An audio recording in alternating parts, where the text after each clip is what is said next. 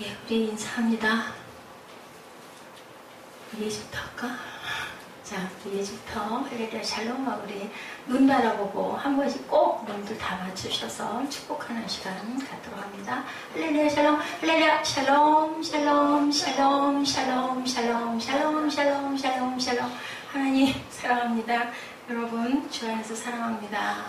네, 오늘 제목이 부르신 곳에서 오늘 읽어보셨죠? 7장 18절에서 40절까지 조금 길기는 하지만 예, 고린도전서 누가 바울이 이렇게 말씀해요. 내가 주님께 받은 것은 아니지만 너희가 어떻게 할 것인지에 대해서 내가 이렇게 얘기하노라라는 말씀을 우리 함께 읽었습니다.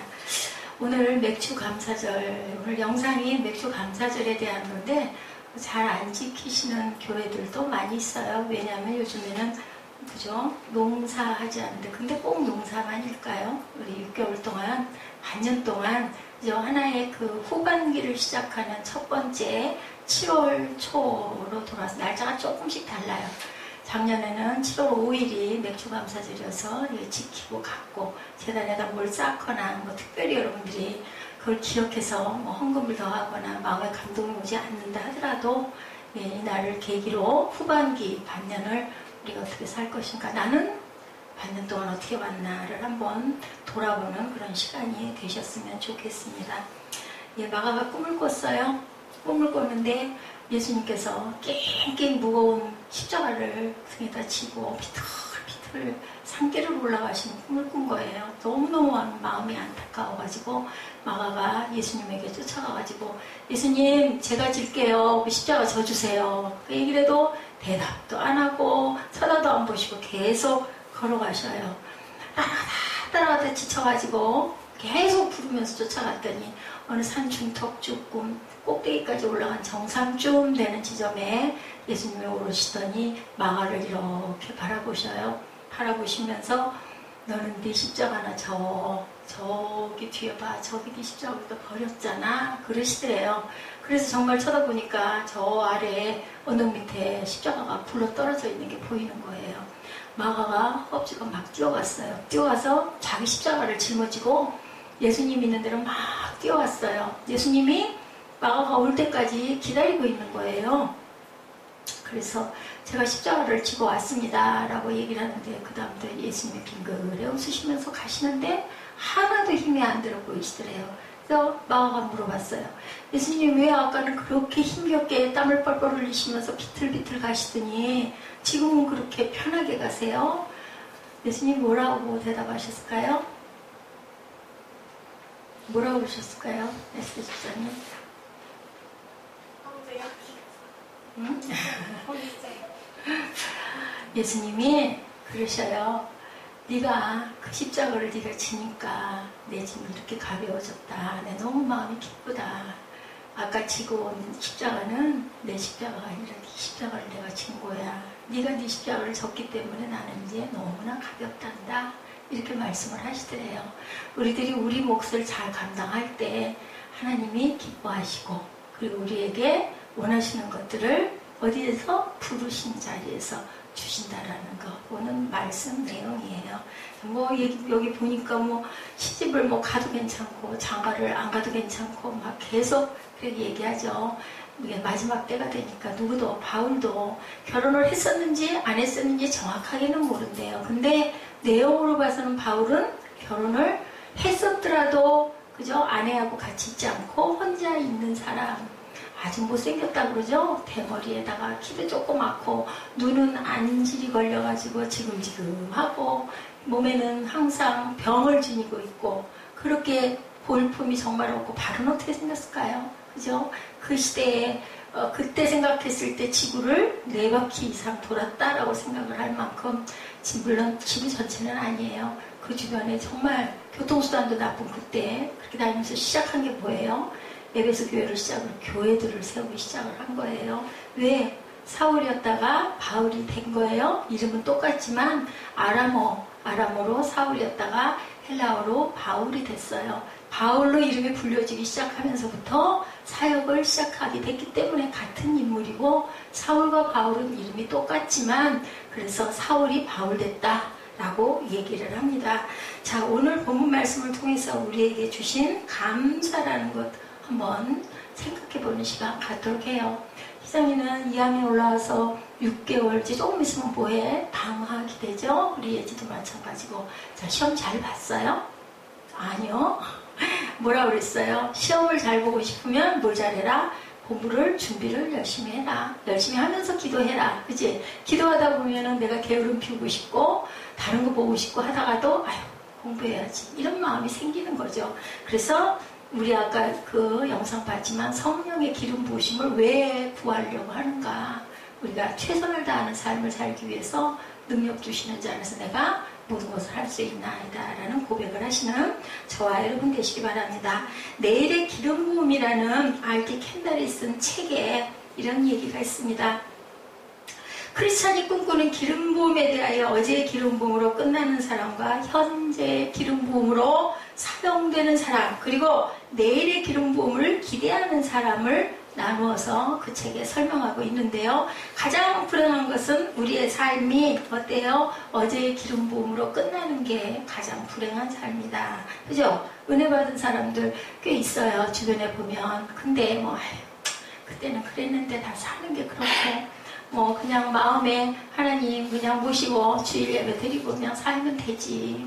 뭐 이렇게 유별나게 유난스럽게 굵게 뭐 있어 이런 사람들이 많이 있는 거죠. 자, 여러 가지 증거들이 있지만 자신에게 주신 은혜와 은사를 잊고 남의 것을 부러워하기 시작을 하면 그것이 바로 기름 부음이 끝났다는 증거다. 사울이 어땠어요? 사울이 그죠?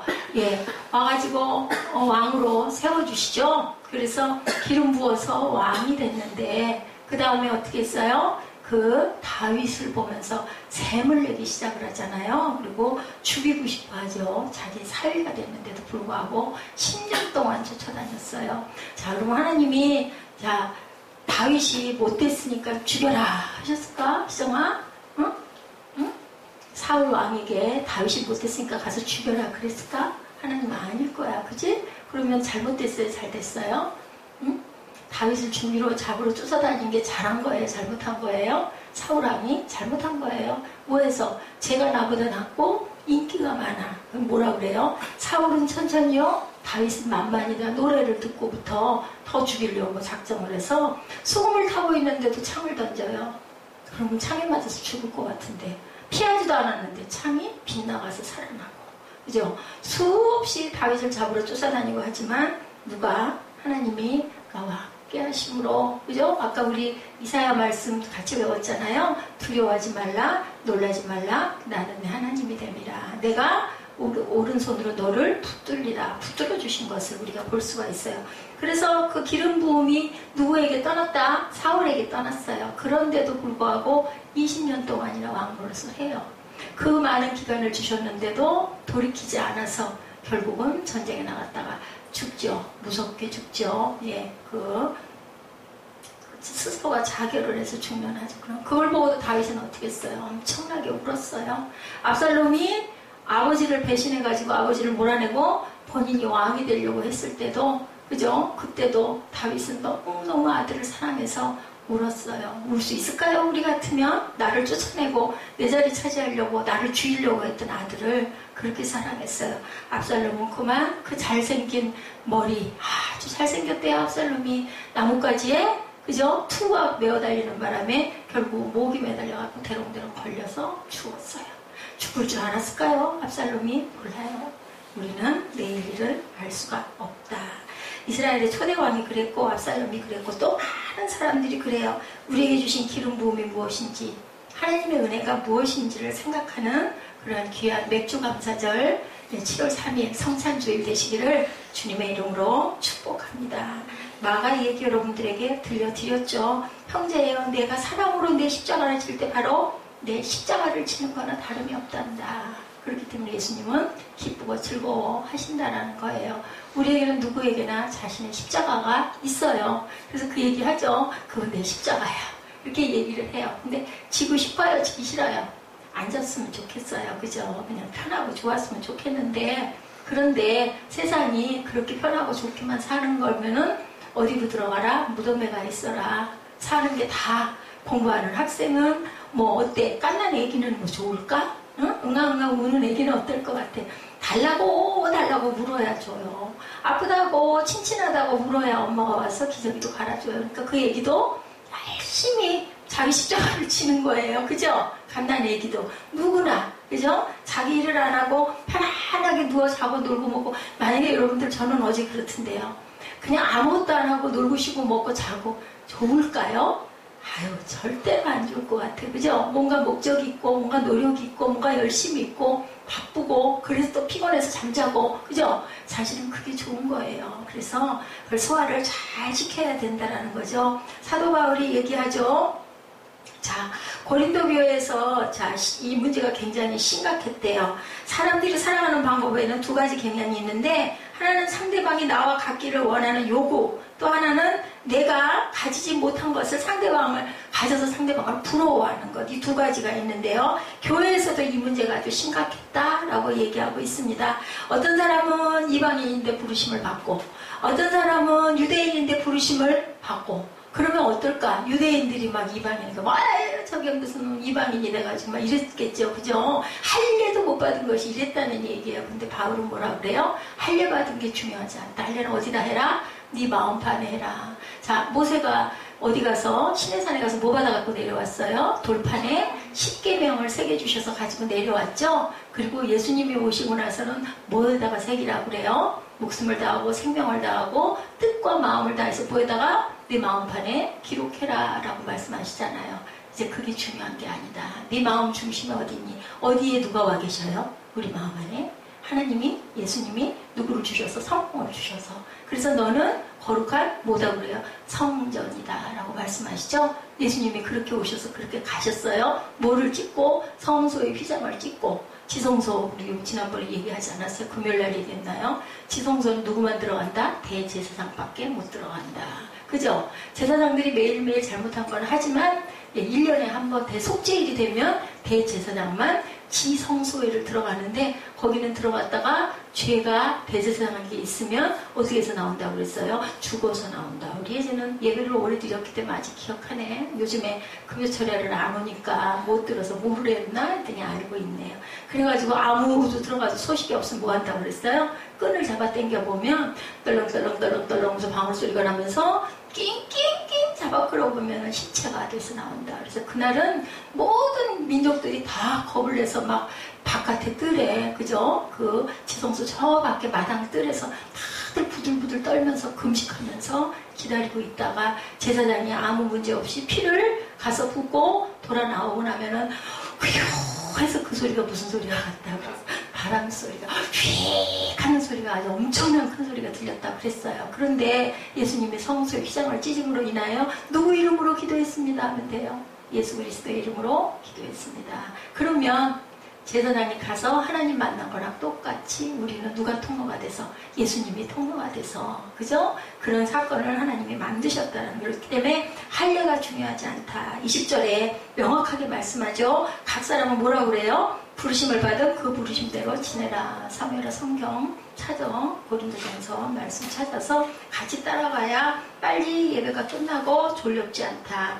7장 20절 말씀이에요. 고린도전서 7장 20절. 우리 함께 다시 한번, 각 사람은 부르심을 받은 그 부르심 그대로 지내라. 자, 뭐라고 그래요? He was in when come called him. 부르심대로. 오늘 제가 영어를 넣지 못했어요. 길기도 했고, 또 너무 번거로워서 집중이 안 돼서 맥이 안 이어지는 것 같기도 해서 일단은 빼봤는데요. 저는 영어 구절에서도 굉장히 은혜를 받아요. 때로는. 그래서 함께 읽기를 원했던 거예요. 그리고 영어를 이럴 때 아니면 언제 읽어보겠어요. 그죠? 저는 여전히 똑같이 영어를 실어서 봅니다. 그런데 부르심을 받은 그 부르심대로 지내라고 이렇게 말씀을 하세요.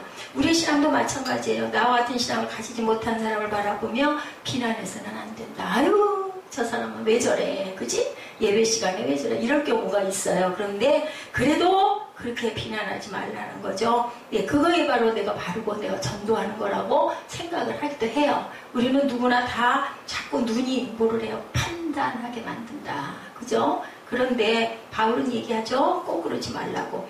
분당에 처음에 아파트 단지 들어갈 때 대단했다고 그래요. 거기에 어떤 프랜카드가 하나가 걸려있는 걸 어떤 목사님이 보시고 마음이 그냥 정말 깜깜한 마음이 들었는데 뭐라고 프랜카드가 써져 있냐면 우리 목사님 설교 한번 들어보세요. 이런 프랜카드가 써져 있대요. 자, 이거 전도 문구일까요? 어떻게 생각해? 우리 시험야구 예지는 어떻게 생각해? 우리 예지야, 우리 목사님 설교 한번 들어보세요. 이거 전도 문구일까요? 뭐 같아요? 재미없으니까.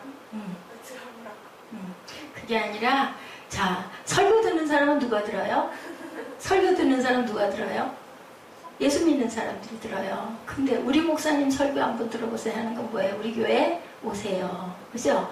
예, 전도 폭발 대회 같은 거 하면서 우리 목사님 너무 설교 잘해서 나쁜 말은 아니에요. 왜냐하면 성도들이 자기 교회 목사님 설교를 정말 귀하게 여기는 거 좋은 건데 딱 뭐냐면은 다른 교회 성도들 우리 교회 좀 와봐 하는 얘기를 하는 거기 때문에 마음이 깜깜하는 느낌. 홍보하고 있구나. 뭐 홍보? 교회 홍보구나. 이런 마음으로 마음이 답답한 마음이 들었다고 합니다. 사도 바울이 복음을 전할 때 가장 심각한 문제 중에 하나가 유대인으로 먼저 예수님을 영접한 사람들이 이방인을 바라보는 태도였다. 우리는 뭐한 민족이다? 선민이다. 선택된 민족. 선민이란 뜻은 선택된 민족이다. 유대인들의 방식으로 예수를 믿었으면 하는 바람을 항상 갖고 있었다. 너희들 그렇게 하면 안 돼. 이랬다라는 거죠. 좋게 말해서 바람인데 사실은 그들의 독선이기도 했다. 그거 틀렸어. 라고 얘기하는 건 잘못된 거다. 고린도전서 7장 18절 이하에 사도 바울은 사람들에게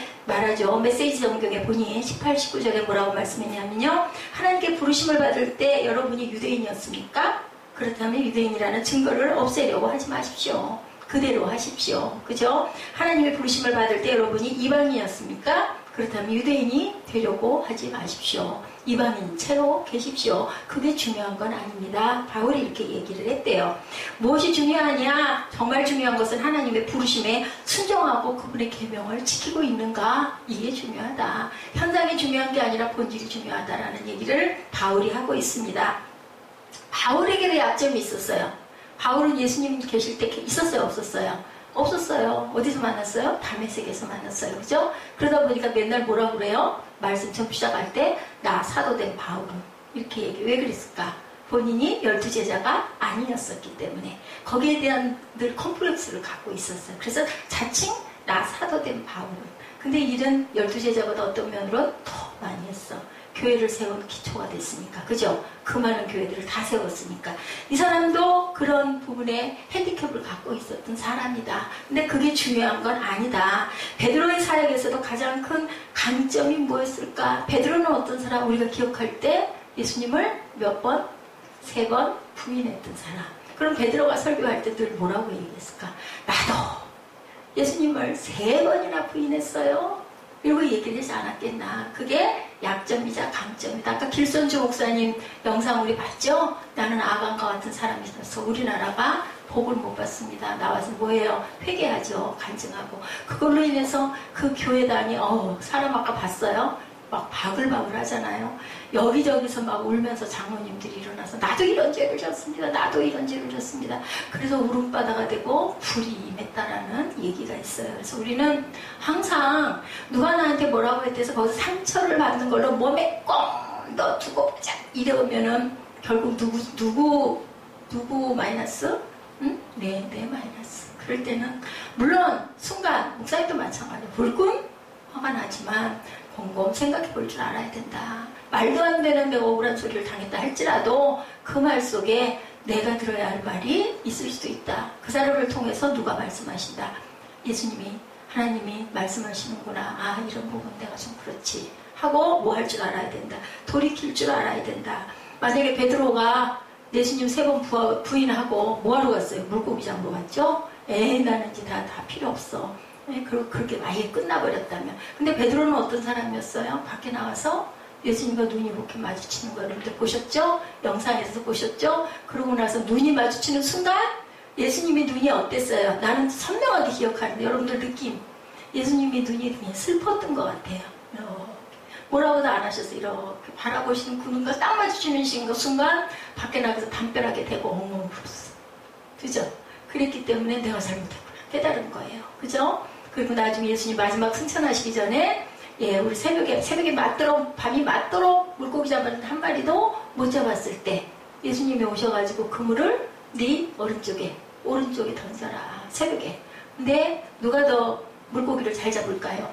예수님하고 베드로. 누가 더 어부일까요? 누가 전문일까요? 베드로가 전문이야.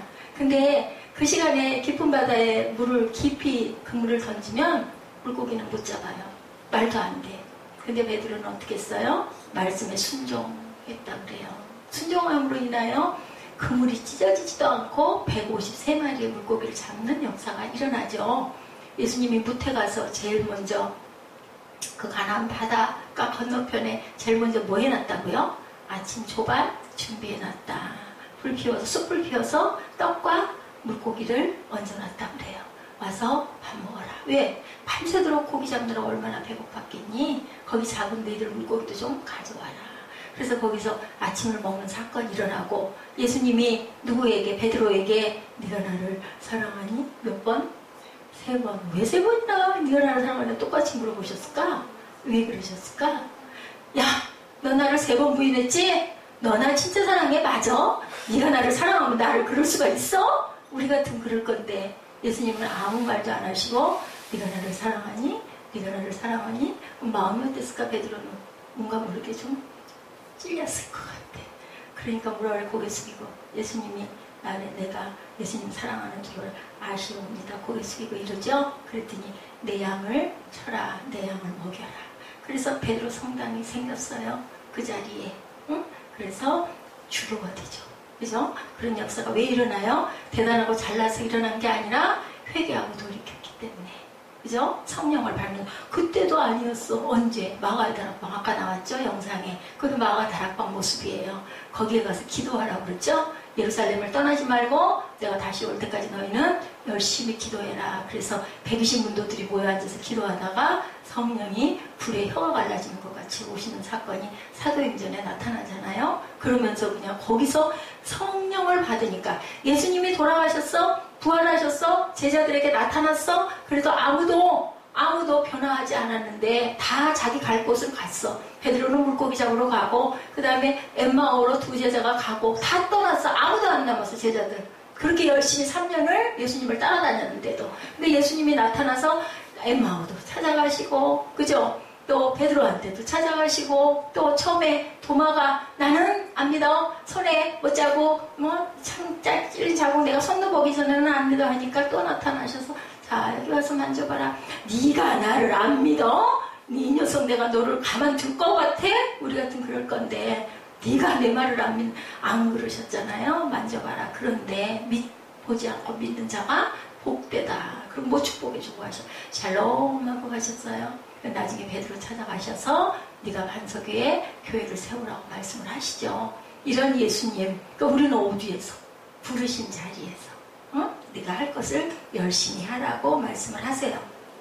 자, 갈라디아서 3장 28절에 너희는 유대인이나 헬라인이나 종이나 자유인이나 남자나 여자나 다 그리스도 예수 안에서 뭐다? 자, 우리 교회 여기 보내주실 때 하나 되라고 그러셨어요. 그래서 우리 주보에 보면은 연합은 하나입니다 라는 말씀이 1년 12달 항상 끝에 그 부분은 빨간 글씨로 연합은 하나입니다 나와 있어요. 여기 갈라디아 3장 28절에도 누구든 유대인이나 헬라인이나 종이나 자유인이나 남자나 여자나 그리스도 예수 안에서는 다 하나다.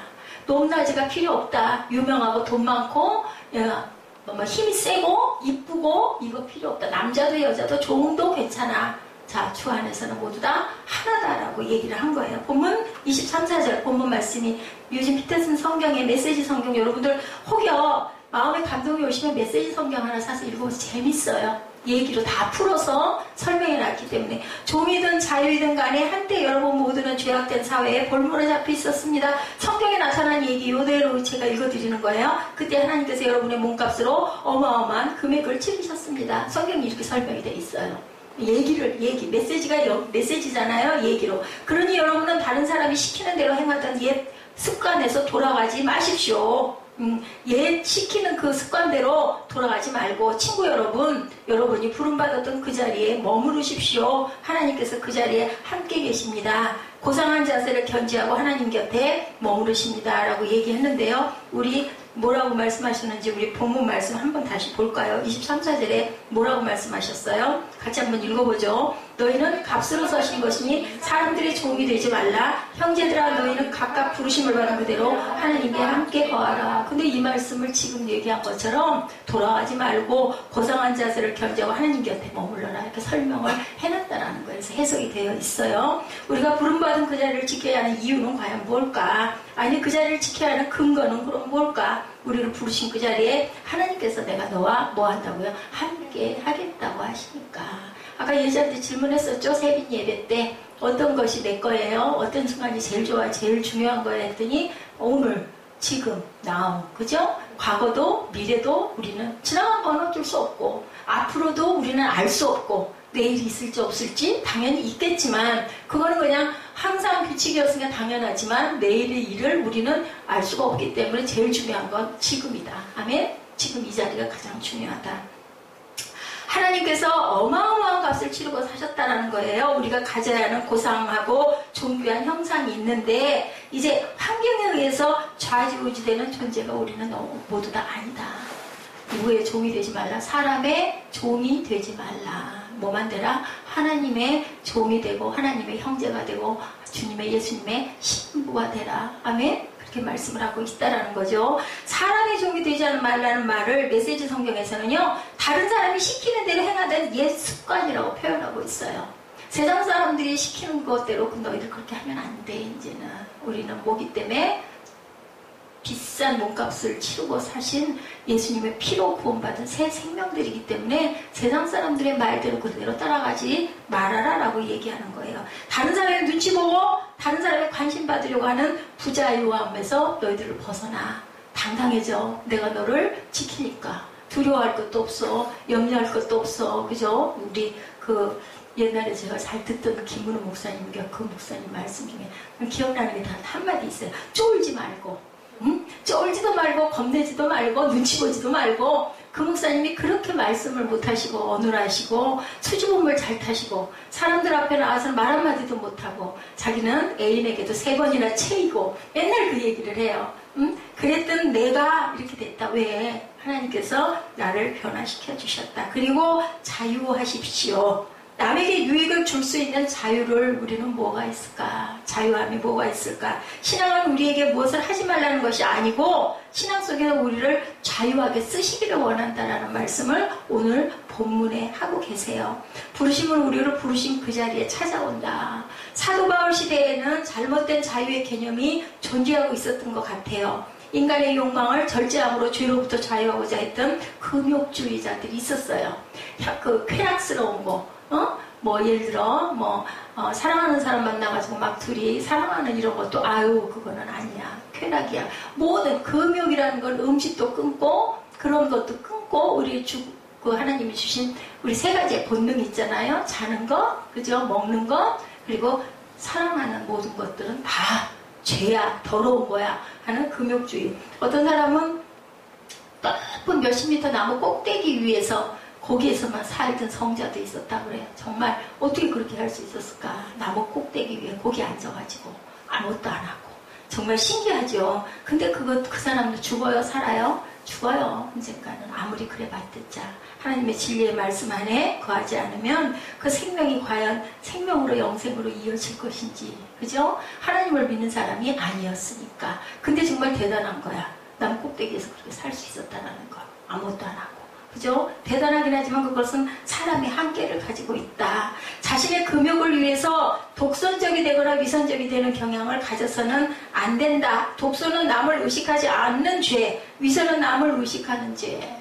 독서는 남을 의식하지 않고 내 마음대로 하는 거, 미서는 남을 의식하고 거짓말 하는 거, 눈치 보고 바로 얘기하지 못하는 거. 오늘 본문 말씀은 7장 전체 맥락에서 보면요, 결혼과 독신 혹은 이혼의 문제와 연결이 되어 있는데 우리 각자 상태가 어떤지 우리는 아무도 모르지만 하나님께서 우리에게 주신 상황을 받아들이고 네 상황에서 최선을 다하고 살으라고 25절에서 40절까지는 처녀에 대한 교훈이 나오고 있다. 본문 25, 6절 봅니다. 처녀에 대하여는 내가 주께 받은 계명이 없으되 주의 자비하심을 받아 충성스러운 자가 된 내가 의견을 말하노니, 여기서 의견이라고 얘기해요. 본문 나오면 함께 읽으세요. 그냥 계시면 힘드세요. 내 생각에는 이것이 좋으니 임박한 환난으로 말미암아 사람이 그냥 지내는 것이 좋으니라. 참 그래서 성경에 마지막 때가 가까웠기 때문에 아이 뵌 자도 그 아이를 뵌 채로 죽을 것이니라고 했어요. 그러면은 아이를 갖지 않는 게 엄마에게도 좋고 새 생명에게도 좋지 않겠느냐라는 얘기인 거죠. 주께 받은 계명이 없다는 말은 이 부분에 대해서 주께서 직접 하신 말씀이 아니고 내 의견이다. 바울이 이렇게 얘기합니다. 사도적으로는 목회적 판단으로 말하는 것인데 임박한 환난으로 말미암아 그냥 지내는 것이 좋겠다. 그렇게 환난 중에 아이를 낳고 결혼을 하면은 더 마음이 아프지 않겠느냐라고 얘기하죠. 사도행전 1장에서 말씀하시는 것처럼 그 시와 때는 누가 사람들이 정하는 것이 아니다. 그 때와 시가 어떻다고요? 하나님의 시간이기 때문에 우리는 그것을 알 수가 없다. 우리의 가장 적절한 신앙적 태도는 주어진 삶을 어떻게 가장 성실하게 사는 것이다. 우리에게 주어진 사명을 성실하게 수행하는 것이라고 27, 8절에 말씀하고 있죠. 우리 함께 합독합니다. 내가 아내에게 매었느냐 노이기를 구하지 말고 아내에게서 노였느냐 아내를 구하지 말라. 종말이 다가오니 어떻게 해도 힘들 거다라는 얘기를 하는 거죠. 장가가도 죄짓는 것이 아니고 처녀가 시집가도 죄짓는 것은 아니려되 이런 이들은 육신의 고난이 있으리라. 힘들지 않겠어요? 결혼 안 하고 해외에 그 선교하시는 선교사들을 중심으로 통계를 내봤더니 결혼 안 한 여성 선교사들이 가장 아주 일을 열심히 잘한다고 그래요. 결혼을 하면 여성들이 결혼하면 뭐가 따라와요?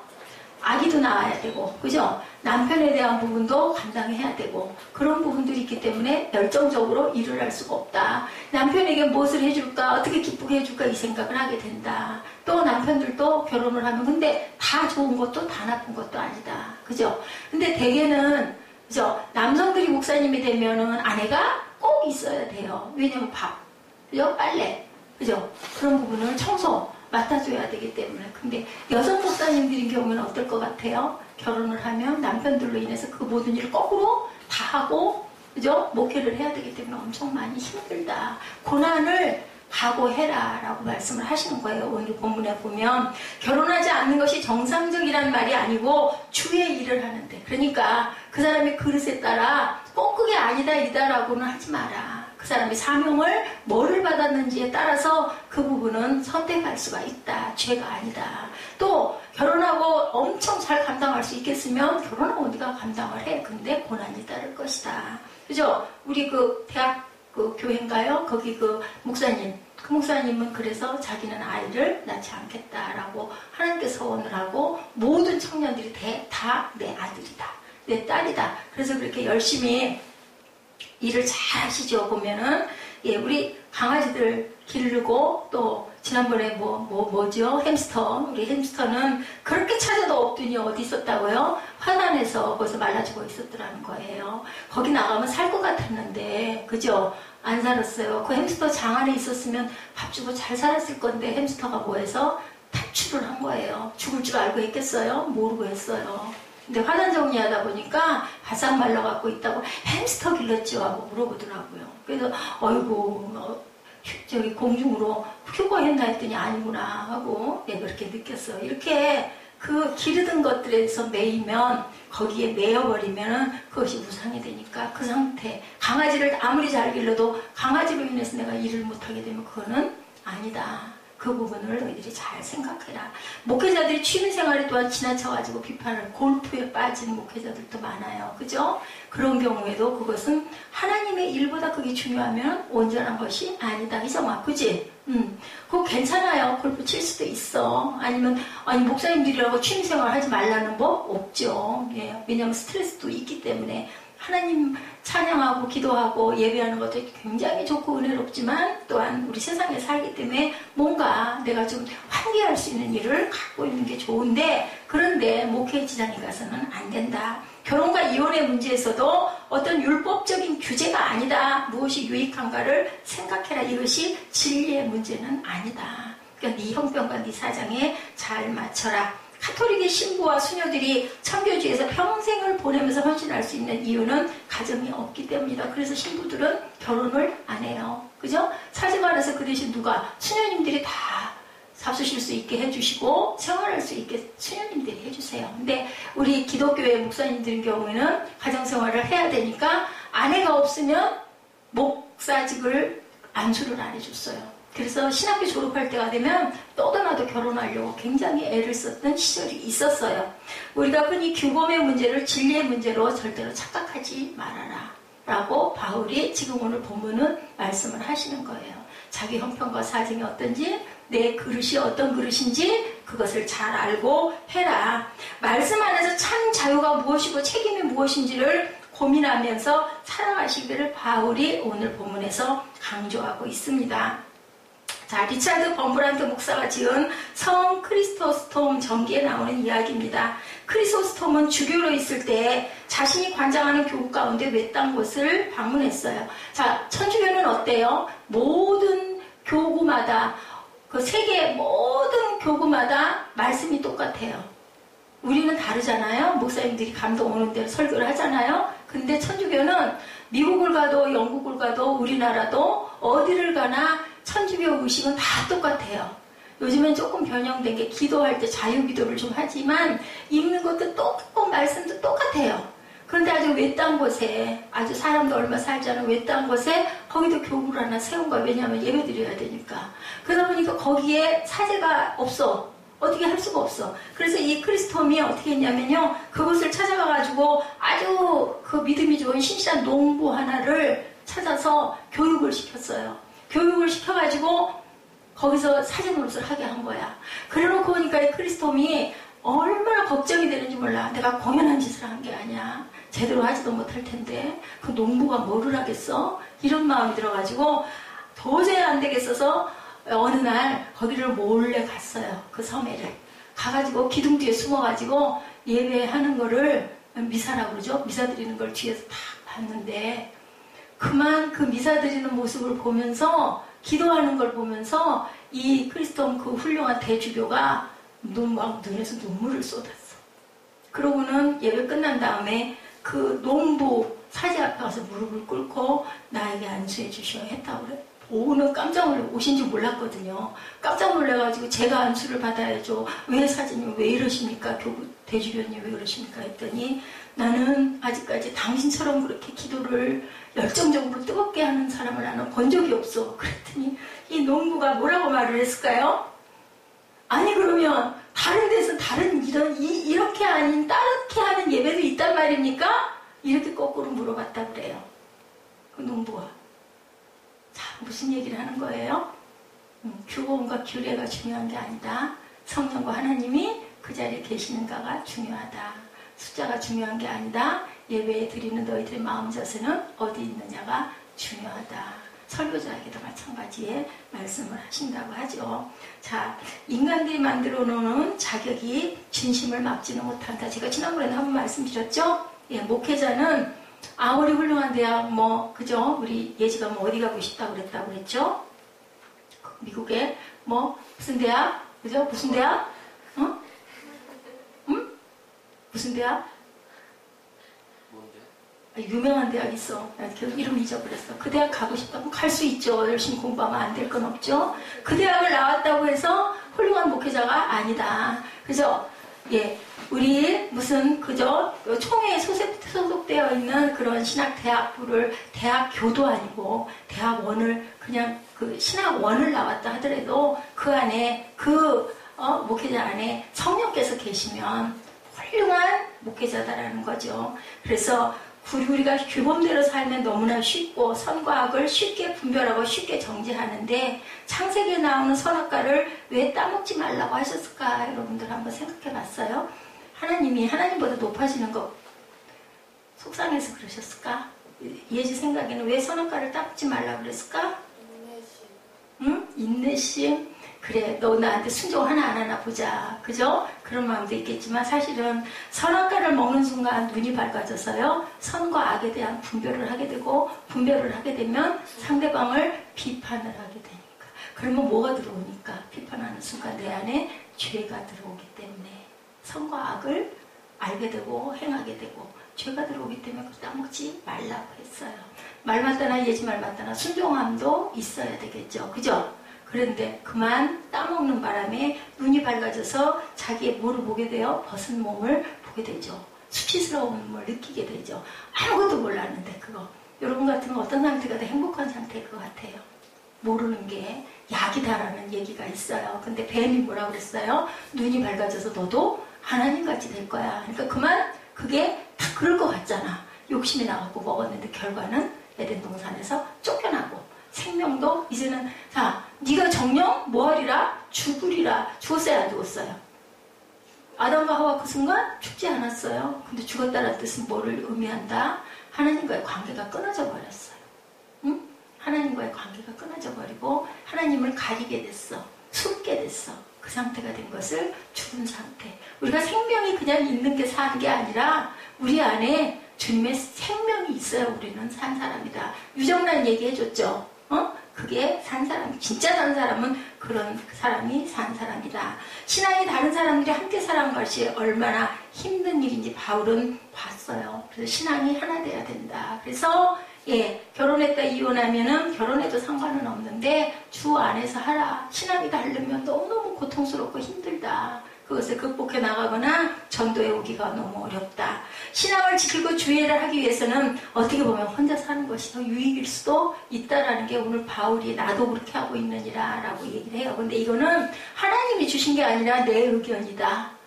그러니까 너희들 잘 생각해라. 오늘 말씀의 결론이에요. 부르신 그곳에서 우리의 사명을 찾으라는 말씀이죠. 어떤 그 훌륭한 교사 한 분이 은혜를 받고 성령을 받아가지고 해외에 선교를 갔어요. 오지에 가가지고 보니까 막 너무너무 가난하게 막 사는 아이들을 보니까 너무너무 가슴이 아팠대요. 나 다 팔아가지고 여기 와가지고 이 아이들을 섬기면서 내가 살아야 되는 게 아니야 하고 엄청나게 기도했다고 그러죠. 기도의 응답은 뭐였을까요? 부르신 곳에서 네가 충성해라 라는 말씀을 어떤 계기를 통해 깨닫고 그때부터 아이들을 정말 사랑하고 더 잘 가르치기 시작했다라는 얘기가 있어요. 우리 모두에게는 모두에게가 순교자가 되라고 하지는 않아요. 해야 할 사람이 있고 안 하고 열심히 땅에서 기쁘게 또 살아갈 수 있는 사람들이 있는데 그 안에서 우리가 감당해야 될 몫은 하나님이 주시는 감동대로 열심히 하나님의 계명대로 잘 살아내는데 어떻게 살아라? 기쁘게 살으라고 얘기해요.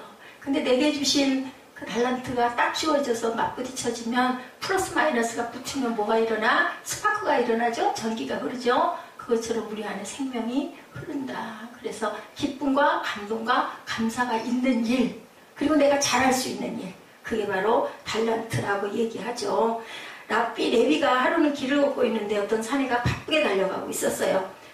레위는 사내에게 물었어요. 여보시오, 어딜 그렇게 바쁘게 가시오? 달리는 사내는 뒤도 안 돌아보고 행운을 잡으러 갑니다 라고 얘기를 했대요. 그래서 랍비가 웃으면서 참 어리석은 사람이네. 자네의 행운이 자네를 잡으려고 부지런히 쫓아가고 있는데 자네가 너무 빨리 가는구만. 무슨 말일까? 어디를 쫓아가려고 하지 말고 그 자리에서 잘해. 응? 그 소리가 바로 이 말이에요. 무슨 얘기인지 알겠죠, 여러분들? 내 삶을 향한 하나님의 계획, 우리가 아까 찬양했죠? 내 삶을 향한 하나님의 계획. 좀 길어서 좀 지루했을 수도 있으셨을 건데 그 계획이 보이는 순간 우리의 삶은 늘 베스트가 된다. 그죠? 우리가 최선을 다하게 된다는 거예요. 우리가 하나님을 찬송하고 경배하는 것보다 큰 축복은 없는데, 하나님을 경배한다는 것은 그분 앞에 무릎을 꿇는 것이다. 순종하는 것이다. 자, 내 삶의 모든 주권을 누구에게? 그분에게 양보하는 거예요. 내가 사는 게 아니라 내 안에 계신 예수 그리스도가 사시는 것이죠. 모든 것을 주께 드린다는 것은 소극적 인생이 아니고요. 그분의 인도하심이 내 삶을 온전히 헌신하는 것이다. 그래서 부르신 곳에서 내가 이 자리에서 오늘 어떻게 최선을 뭘로 마지막 날처럼 다하는 삶을 살아내시고, 반년 동안 하나님 지켜주신 은혜 감사합니다 하고, 오늘 특별히 7월 3일 우리 맥주 감사절 그리고 성찬주일 기억하시고 기도하시는, 새롭게 다짐하시는 저와 여러분 되시기를 주님의 이름으로 축복합니다. 기도하시겠습니다. 하나님 감사합니다. 부르신 곳에 충성할 수 있는 하나님의 귀한 사랑하는 자녀들, 성도들, 또한 사랑하는 종들 될 수 있도록 주님 은총 나려 주시옵소서. 부르신 그 자리에서 저희들 사랑하고 축복하고 감사하게 하여 주옵소서. 감사드리옵고 예수 그리스도의 이름으로 감사하며 기도드렸사옵나이다. 아멘. 우리 찬양 한 장 하시죠.